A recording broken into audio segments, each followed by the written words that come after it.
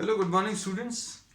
Today in 11th class physics we are continuing our discussion on satellites. Satellites में we have discussed about the orbital speed of the satellite. ये root g_me upon r होता है. This is the orbital speed of a satellite. Then we have discussed about what the time period of a satellite 2 pi r divided by VO और इसके basis पर 2 pi r upon VO GME upon R ऐसा लिख सकते हैं और इससे time period मिला था 2 pi under root of R cube upon GME. All these topics we have discussed in detail in the previous classes, है ना. एक पूरा चक्कर लगाने में कितना डिस्टेंस कवर होगा 2 पाई आर और कितना स्पीड होगा उससे डिवाइड कर दो, टाइम पीरियड मिल जाएगा.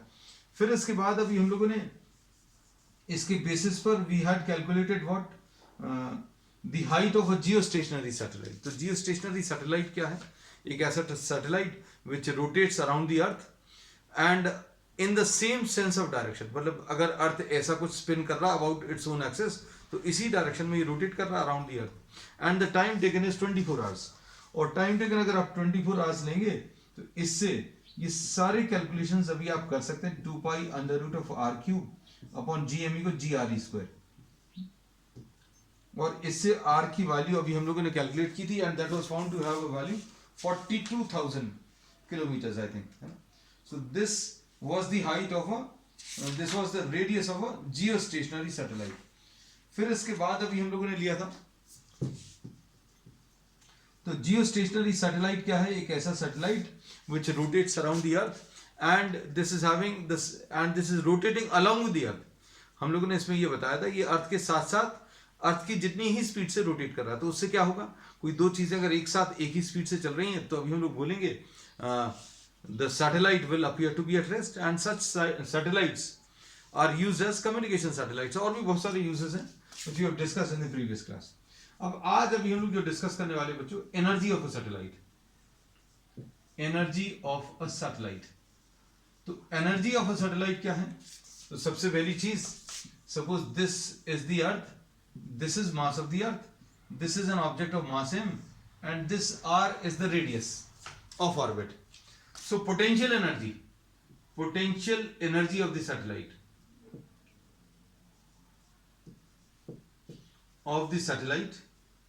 इसको u से रिप्रेजेंट करेंगे और इसके लिए फॉर्मूला क्या रहेगा?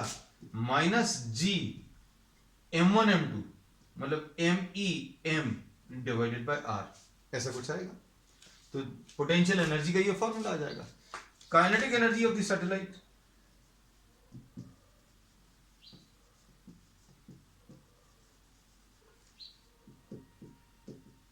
This will be equal to half m VO square और हाफ m VO की वैल्यू बच्चों, VO की value under root of GME divided by R का whole square. This is half mv square और इसको अगर आप सॉल्व करें तो GME m अपॉन 2r ऐसा कुछ आ जाएगा. So this is kinetic energy of the satellite. और इसमें अगर आप देखें तो potential energy is negative which has a special meaning. इसका मतलब यह है कि this potential energy is due to a force which is conservative in nature and this is an attractive force. ये एक अट्रैक्टिव फोर्स है, मतलब ये सैटेलाइट जो है अर्थ की तरफ अट्रैक्ट होगा. This we know. अब इस एस्पेक्ट को अभी हम लोगों ने पोटेंशियल एनर्जी का फार्मूला जब डिराइव किया था तब भी इसको डिटेल में डिस्कस किया था. अब इसके बाद total energy of a satellite.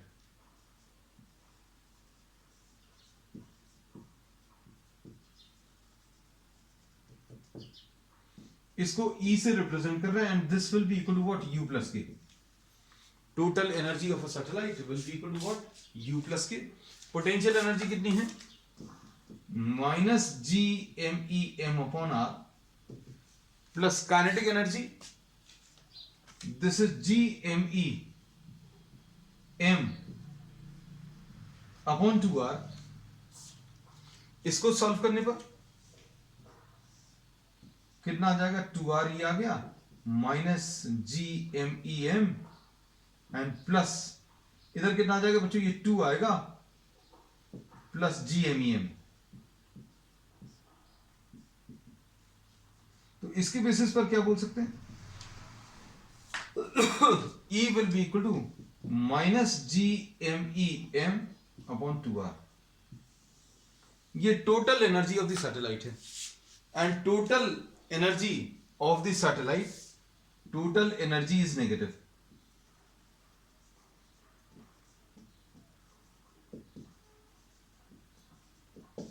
Is negative मतलब ये, इसमें अभी हम लोग बोलेंगे अगर R की वैल्यू आप इंक्रीज करोगे, R की वैल्यू अगर आप इंक्रीज करोगे तो क्या होगा, R की वैल्यू इंक्रीज करने पर ये टोटल वैल्यू, ध्यान से सुनना, अगर आप सिर्फ इस नंबर को देखो विदाउट नेगेटिव साइन, अगर आप R को इंक्रीज करेंगे तो अभी हम लोग क्या बोलेंगे, the magnitude of E, the modulus of E. अगर आप R को इंक्रीज करोगे तो मॉड्यूलस ऑफ E जो है बच्चों वो डिक्रीज होगा, लेकिन ये माइनस साइन यहां पर लगा हुआ है, इसका मतलब क्या है, E will increase, the total energy will increase. R को अगर आप बढ़ाओगे, R अगर आप बढ़ाओगे तो क्या होगा, ये नंबर जो है बच्चों, ये नंबर जो रहेगा वो कैसा आएगा, अगर R को बढ़ाओगे तो ये नंबर कम हो जाएगा, और ये नंबर कम होगा माइनस साइन के साथ, नंबर कम होना, जैसे -100 है, अब हमने बोला ये नंबर कम हो गया तो क्या होगा, एक्चुअली ये वैल्यू इंक्रीज हो गई, -60, मतलब ये वैल्यू और बढ़ी है.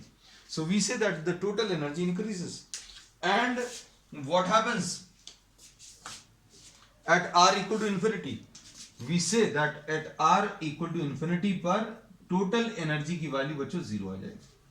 ठीक है, तो इतना नोट कर लो, फिर अभी हम आगे इसमें और डिस्कशन ले रहे हैं. अब देखो,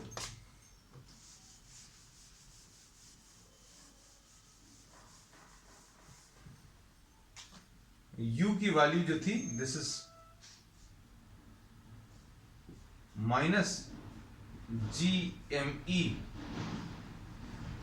M अपॉन R. अब इसमें अभी हम लोग क्या बोल सकते हैं कि at R equal to infinity total energy 0 है. अब इसको देखो, suppose for the existing value, suppose E की value -GMEM upon 2R, suppose ये वैल्यू -100 है. Numbers are just taken as an example for you to understand the concept, है ना. अब इसमें अगर आप ये +100 जूल्स दे दोगे तो total energy of the satellite will become -100 + 100, 100 joule given, total energy becomes 0. So we say that the satellite moves to infinity.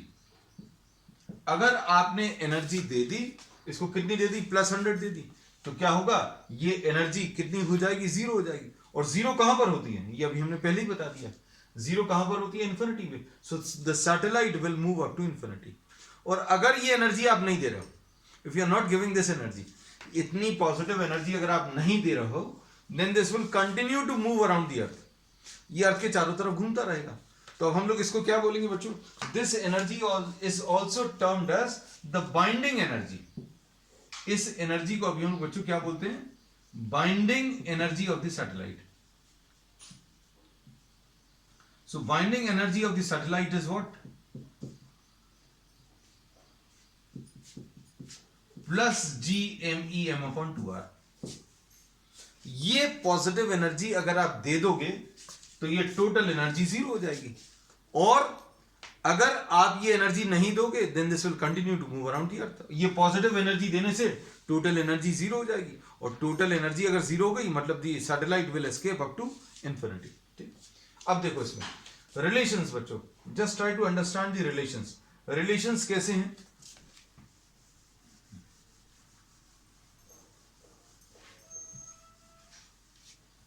Potential energy कितनी है, -GMEM upon R. Kinetic energy कितनी है, -GMEM upon 2R.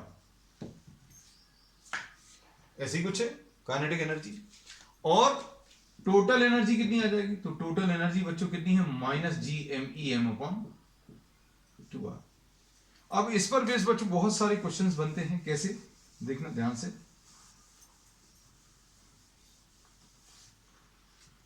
Suppose the kinetic energy of a satellite, kinetic energy of a satellite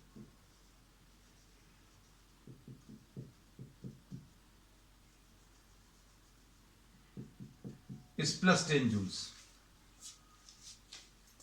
Find the total energy, find the potential energy. अब देखो, अब kinetic energy दी हुई है, kinetic energy अगर दी हुई है तो इसमें माइनस साइन लगा दो तो टोटल एनर्जी मिल जाएगी।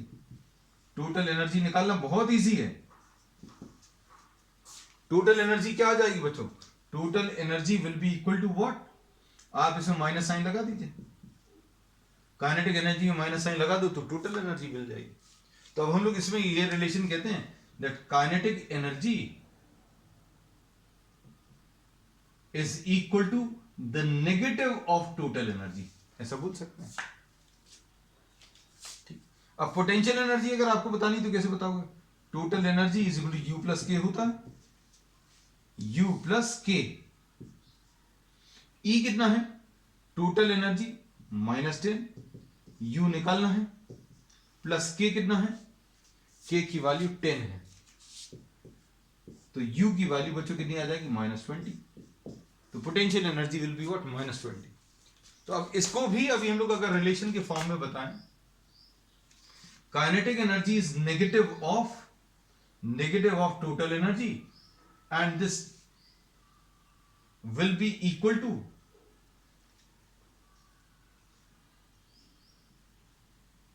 U divided by 2. Kinetic energy will be equal to what? Minus of U divided by 2. ऐसा भी लिख सकते हैं। U में माइनस साइन लगाओ तो पॉजिटिव हो जाएगा और 2 से डिवाइड कर दो तो काइनेटिक एनर्जी निकालने का ये भी एक तरीका है ना। So this is how we relate what? Kinetic energy, total energy and potential energy. ठीक, चलो अब नेक्स्ट कॉन्सेप्ट, इसमें लास्ट टॉपिक बच्चों इसका।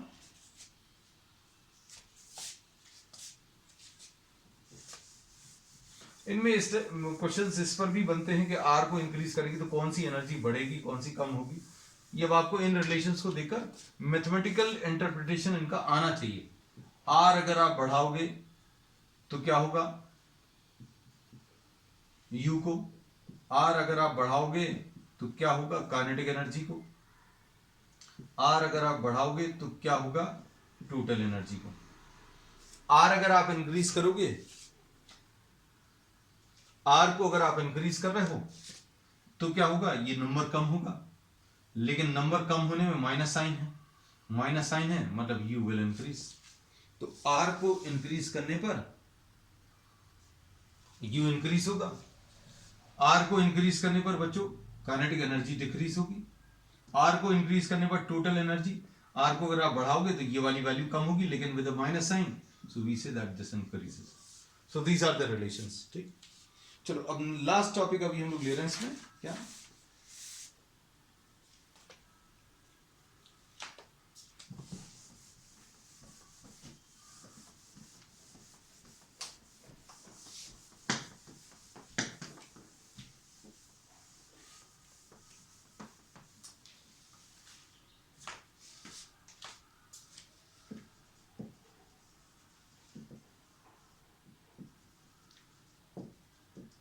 weightlessness in a satellite.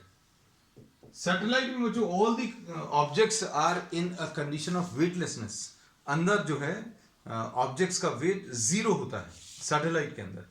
अब इसका रीजन क्या है? तो अभी हम लोग ये बोलते हैं किसी भी ऑब्जेक्ट का weight, the perception of weight of any object is due to what? The normal reaction. अभी हम लोगों ने ये एस्पेक्ट जो है न्यूटन्स लॉ में भी डिस्कस किया था। हम लोगों ने इसमें ये बोला कि ये ऑब्जेक्ट अगर छोड़ दें तो इसके वेट का एहसास नहीं होगा। तो अभी हम लोग इसको हाथ पर रखेंगे तो वेट फील कर पाएंगे। रीजन क्या है? क्योंकि अर्थ इसको अपनी तरफ पुल कर रहा है। छोड़ देंगे तो भी अर्थ अपनी तरफ पुल कर रहा है, लेकिन हाथ को the hand is providing a reaction in upward direction and this only due to the normal reaction we are able to feel the weight of the object. इसका एक और बहुत अच्छा एग्जाम्पल है। सपोज आप एक हार्डबोर्ड ले लें, एक वुडन प्लैंक ले लें उसके ऊपर एक बड़ा सा पत्थर रख लें. If you are placing a large stone on a wooden plank and you are holding the plank with both of your hands, आपने दोनों हाथों से इस प्लैंक को पकड़ा हुआ है, तो अभी हम लोग क्या बोलेंगे कि स्टोन जो है नीचे की तरफ वेट एक्सर्ट कर रहा है और प्लैंक जो है अपवर्ड डायरेक्शन में रिएक्शन प्रोवाइड कर रहा है. So we see that it is only due to the reaction we are able to feel the weight. Just try to imagine you are placing the same stone on a piece of paper. Paper पर रखकर आप stone का wait feel करने की कोशिश करो. आपने एक पेपर ले लिया, उस पर बड़ा सा स्टोन रख दो, तो will not be able to feel the weight of the object. Reason क्या है? Because the paper will not be able to provide what the normal reaction. तो ये चीज अच्छे समझ लेना कि the perception of weight is due to the normal reaction. अब सपोज ये अर्थ है, अच्छे समझना, बहुत सिंपल सा कॉन्सेप्ट है. And this is a satellite. अब सैटेलाइट पहली बार बच्चों अभी हमने थोड़ा सा बड़ा सा बनाया. This is a satellite and this satellite is moving on a circular orbit. ये एक सर्कुलर ऑर्बिट पर मूव कर रहा है जिसकी रेडियस आर है ना. तो orbital speed of the satellite निकाल सकते हैं. कितनी आती है? VO is equal to root GME upon R. This we have calculated. और ये कैसे निकाला था याद होगा? Just for the sake of revision हमने ये बोला था the centripetal force required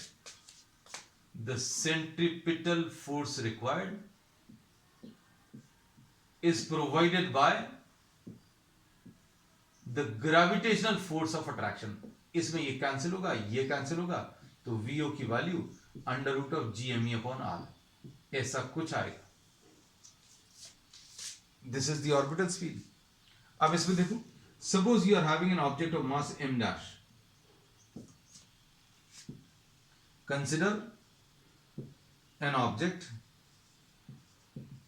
of mass m dash placed inside the satellite. अब ये भी रोटेट कर रहा है. जैसे जैसे सैटेलाइट मूव कर रहा है, इसके अंदर रखे हुए ऑब्जेक्ट्स भी मूव कर रहे हैं. तो क्या होगा? This will be performing some circular motion, है ना. और स्पीड कितनी होगी? और speed of the satellite, the speed of the object, ये भी अभी हम लोगों को मालूम.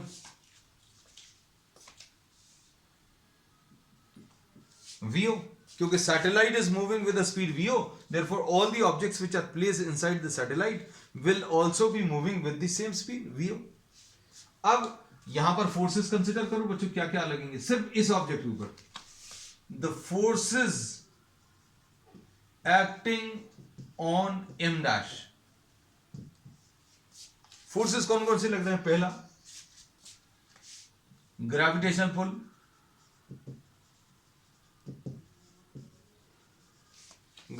पुल, और ये कितना आ जाएगा बच्चों? ये आ जाएगा GME m dash upon what R square. ठीक, तो ये आ गया इसका ग्रेविटेशनल पुल. समझने की कोशिश करना बच्चों अच्छे से, बहुत सिंपल है. ये ग्रेविटेशनल पुल है. दूसरा क्या है? यहां पर normal reaction offered by the surface. ये नॉर्मल रिएक्शन है.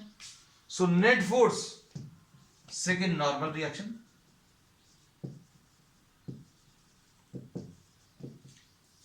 तो नेट फोर्स क्या आ जाएगा बच्चों? अब इन दोनों में से कौन सा बड़ा रहेगा? तो अभी हम लोगों ने बोला since this object is moving on a circular path, therefore the force should act towards the centre, therefore F will be greater. हमने बोला कोई भी ऑब्जेक्ट अगर सर्कुलर पाथ पर चल रहा है तो अंदर की तरफ फोर्स चाहिए, तो हम लोग क्या बोलेंगे? F minus R will be the net force acting on the object. अब F कितना है?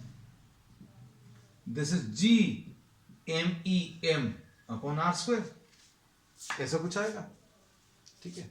और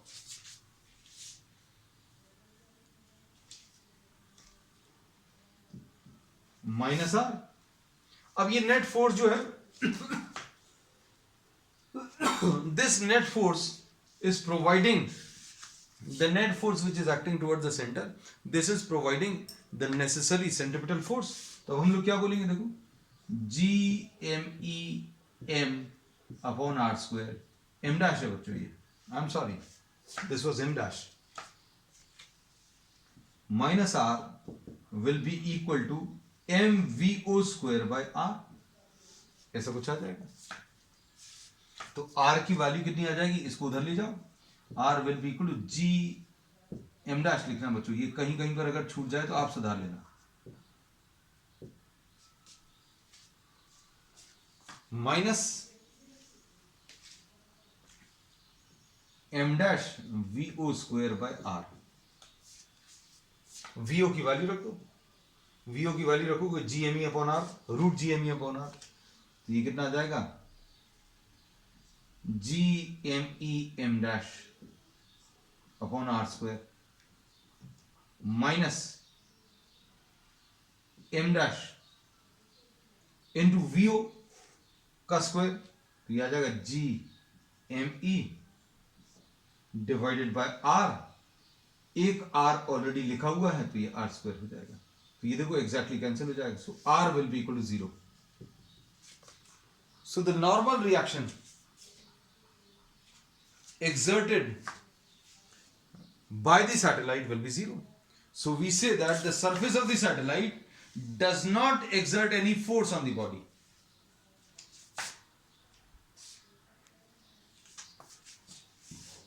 The surface of the satellite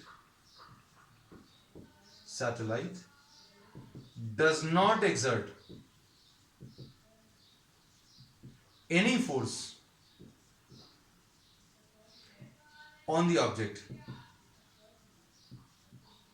Therefore, we say that